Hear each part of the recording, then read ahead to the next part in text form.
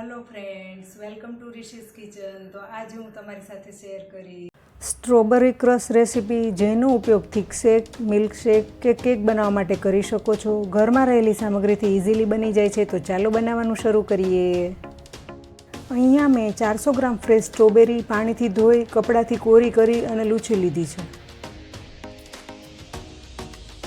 સ્ટ્રોબેરીના પાન કાઢી લઈએ.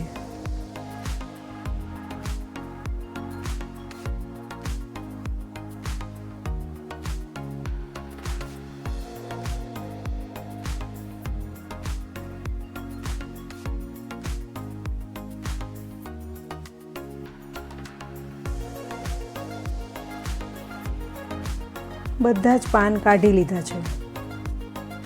આ રીતે સ્ટ્રોબેરીનો ઉપરનો થોડો હિસ્સો કટ કરી 4 ભાગમાં કટ કરી લઈએ.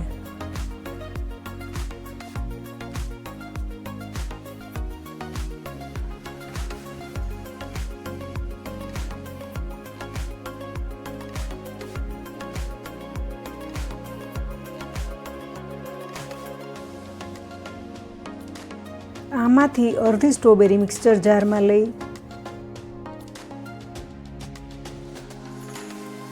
પલ્સ મોડ પર પાણી વગર જ પીસી લઈશું. આ રીતે પલ્પ તૈયાર થશે. ગેસની ફ્લેમ ઓન કરી મીડિયમ ટુ લો ફ્લેમ પર હેવી બોટમ પેનમાં કટ કરેલી સ્ટ્રોબેરી,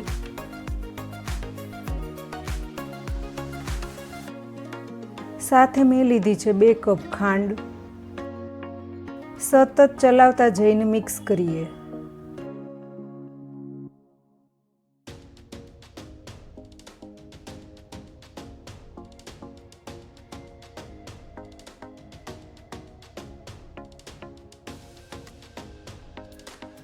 થોડી જ વારમાં ખાંડ મેલ્ટ થવા લાગી છે.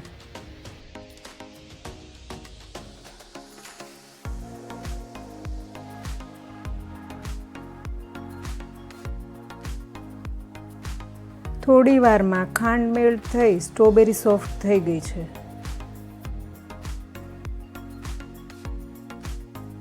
સાથે મેં લીધું છે 1 પિંચ જેટલું સાઇટ્રિક એસિડ, જે પ્રિઝર્વેટિવનું કામ કરે છે. સતત ચલાવતા જઈ મિક્સ કરીએ. સાથે તૈયાર કરેલો સ્ટ્રોબેરી પલ્પ એડ કરીશું.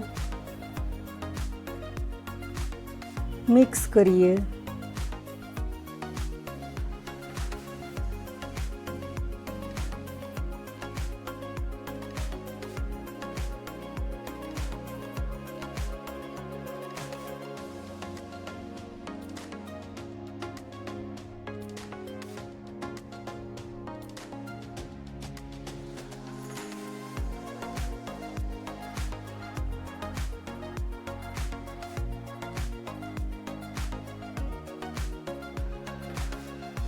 આ રીતે 10 થી 12 મિનિટમાં થીક થવા લાગશે.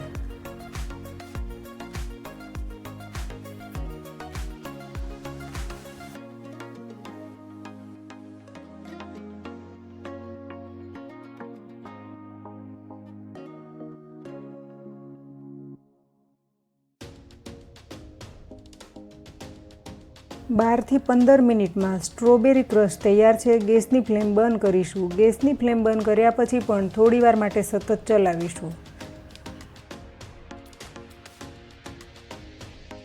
રૂમ ટેમ્પરેચર પર આવે ત્યાં સુધી ઠંડુ થવા દઈએ.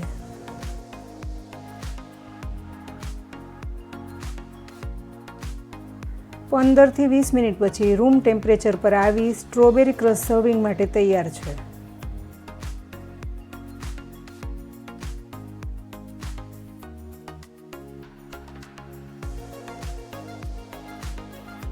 કાચની એરટાઇટ જારમાં લઈએ.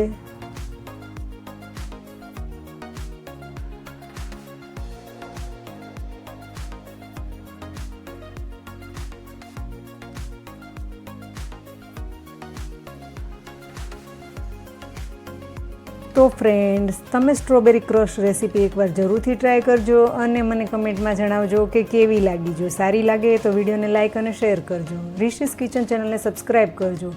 અને આવી જ નવી રેસીપી જોવા સાઇટ પર આપેલ બેલ આઇકન પ્રેસ કરજો, જેથી આવનાર નવી રેસીપીના નોટિફિકેશન તરત મળે. ફરી મળીશું એક નવી રેસીપી સાથે. Thank you for watching.